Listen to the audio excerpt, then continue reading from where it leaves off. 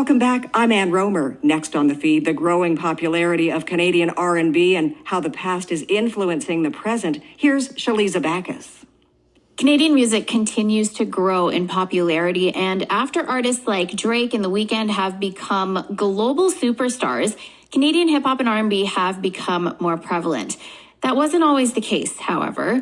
Dr. Amara Pope has written a paper and researched very heavily into the history of Canadian R&B, and the representation wasn't always there. So she's joining us now to tell us all about that. How are you? I am well, thank you. How are you? I'm great. Thank you so much for joining us. Okay, I need to know, first of all, what sparked your interest and what made you research Canadian music, R&B specifically, so extensively?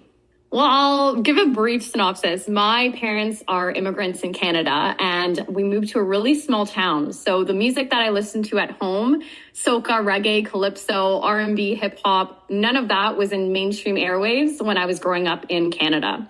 And so when I saw mainstream media reflect people that didn't look like me, aka non-white, and didn't play the music that I enjoyed, I became deeply interested in why that was occurring. And as I grew up, social media hit the market. We were able to have more of that exposure, but as a child, I didn't see Canadian media reflect who I was as a Canadian. Absolutely. And I feel the same. I'm from Caribbean background as well. And, you know, you kind of felt like the odd one out growing up when you're listening to music that nobody else was listening to at school. And then I grew up in a bigger town, so there was a little more diversity maybe than you experienced. So it was nice to connect with people from similar backgrounds, but it's still kind of difficult. Yeah, definitely. I was actually born in Scarborough, Ontario, so I saw a lot of diversity there. But when I was in grade 2, I was still very young, and we moved to a small town called Amara in Ontario, where horse and buggies, Mennonites, farmlands, we were the only brown family in the entire town. So it was a very unique experience for me growing up there. I can only imagine. So Let's flash forward to when you started to do your PhD, started to write this paper. Where did you even start? How did you begin researching the history of Canadian R&B? Well, uniquely enough, I was more interested in the marketing and branding strategies of contemporary artists. I began my interest in looking at how Drake, Justin Bieber, and Jessie Reyes marketed and branded themselves, how they broke into the industry and all uniquely participate in what I call contemporary R&B, which is a mix of pop, hip hop, and R&B music. But when I was going to look at what they did differently in the digital age, I realized that the history of Canadian R&B was really lacking in academia as well as in popular culture. I found that there wasn't even a succinct academic text, a full book that said this is the Canadian R&B history. So I then had to do a dissertation that looked at that history and the contemporary side of things. And then the COVID-19 pandemic hit and digital media was accelerated. So I looked at how they branded and marketed themselves during COVID as well. So there was a history section, how they broke in, and then how they branded themselves, and then specifically during COVID. So this was almost like 4 dissertations in one. At the end of the day, it was a lot of research. Well, I was going to say that's interesting. I feel like that's something that's different than maybe any dissertation that's ever been written about music in general, because the pandemic is something so recent, and it's interesting how you find those resources and how you come up with how this worked during the pandemic. Yeah. And you know what? I was conducting interviews during that time when the COVID-19 pandemic hit. I had one interview in New York right before the borders closed and everything happened. So that was awesome. I got to do that one. I came back home. And then when the borders were closed, I was conducting interviews on the phone and over Zoom calls. So that was a really great way for me to connect and continue to conduct my research while still being home. And I found that it was also kind of a light during that time that was really dark when you never got to see people in person. I still was networking and connecting. So that was a really cool opportunity for me to continue to do what I was doing. Well, I think that's the light at the end of the tunnel, really. You found the good in the pandemic. Yeah. And after it's all said and done, what impact do you feel like this entire dissertation has made? I have been lucky enough to speak to a lot of media. So the dissertation was covered in Billboard, CTV, CBC. That has enabled me to speak about the lack of diversity that has occurred for so long in Canada in terms of representation in media. The diversity has always been there, but it hasn't been articulated or represented accurately in mainstream media. And during the time I was conducting the research, we saw a lot of changes with Black Lives Matter movements happening in 2020, where we saw Republic Records, for example, stripping the term urban from their verbiage because it was associated with Black identities in a negative way. And so what I was able to do was draw on contemporary occurrences of these continued racial discriminations happening with many artists in the contemporary music industry. So I think that was really important because although the history lacked and still needs to be uncovered, I got to touch on that, but also talk about how it continues to affect artists and just everyday people today. Well, tell us a little bit about that. How does it continue to affect artists?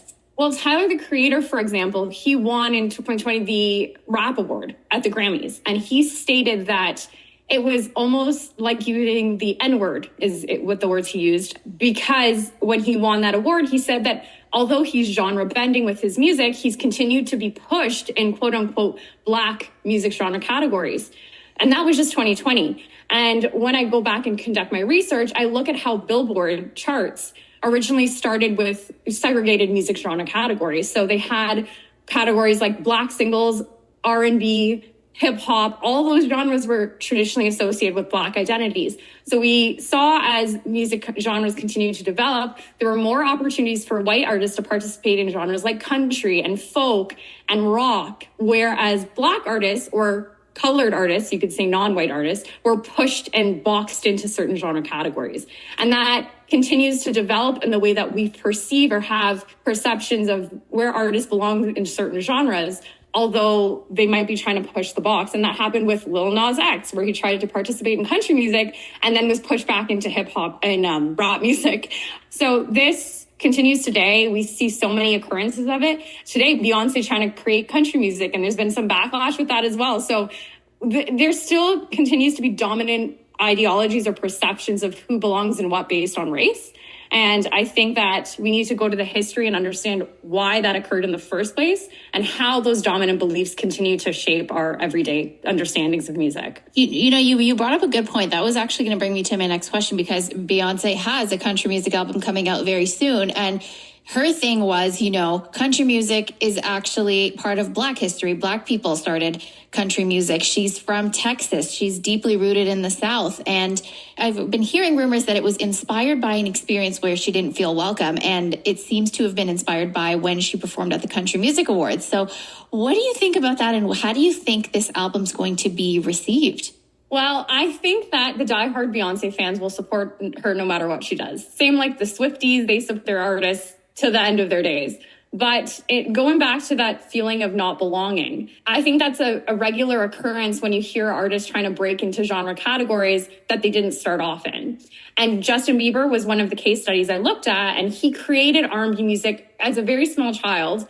And then as he broke into the industry, he was pushed more towards the pop. And then as he created the R&B album Changes during the COVID-19 pandemic, there was a lot of backlash for him participating in quote unquote Black music. So Beyonce's facing similar arguments of appropriation or entering genre categories that she wasn't traditionally associated with as a Black racial identity. What I'm trying to say is that when artists try to push into these categories that they weren't originally part of, or their racial identities aren't traditionally associated with those genres, there's a lot of backlash and a lot of criticism. But I stan Justin Bieber. I am a Canadian. I know that he's a white artist and he had privileges to participate in the music space that Black artists could not. But I don't think that should be an inhibitor for artists to try to experiment and participate in certain communities. I think it's important to understand the history and where it comes from and then enjoy it. If we reinforce these genre categories limited to certain racial identities, we're doing just what people did long ago through segregation. So I think that it's important to know the history, but that should not limit the participation of anybody in any of these communities. That is such a good point. And Amara, I feel like I could talk to you about this for days, because I love music just as much as you do. And you made some really, really good points, and you've done some amazing research. So thank you for all of the work that you've done. Of course, we do still have a long way to go, but at least we're learning a little bit more about the history, about the roots, and putting Canadian music on this larger stage. And it's getting there. Yeah, we're seeing some improvements. I end my dissertation with a space of hope, and also seeing that Canadian R&B music exemplifies our multiculturalism. We have so many different identities, so many different cultures represented in that genre style right now. So we are making progress. We're moving forward. We definitely are. And Amara, if our listeners want to get some more information, is it possible to read your entire paper as well? Yes. So if you go to my website, it's www.dramarapope.com or .ca. That's dramarapope.com or .ca. And there you can download my dissertation for free. You can look at any of the resources that I've provided in terms of previous articles that I've published, as well as other interviews. Amazing. And can we follow you along on social media? Yes, all of my handles are the same across every social media platform, Twitter, Instagram, Facebook, YouTube. It's at DRAMARAPOP at Dr. Amara Pope. Amazing. Dr. Amara Pope, thank you so much. And we're definitely looking forward to hearing from you soon. Thank you. If you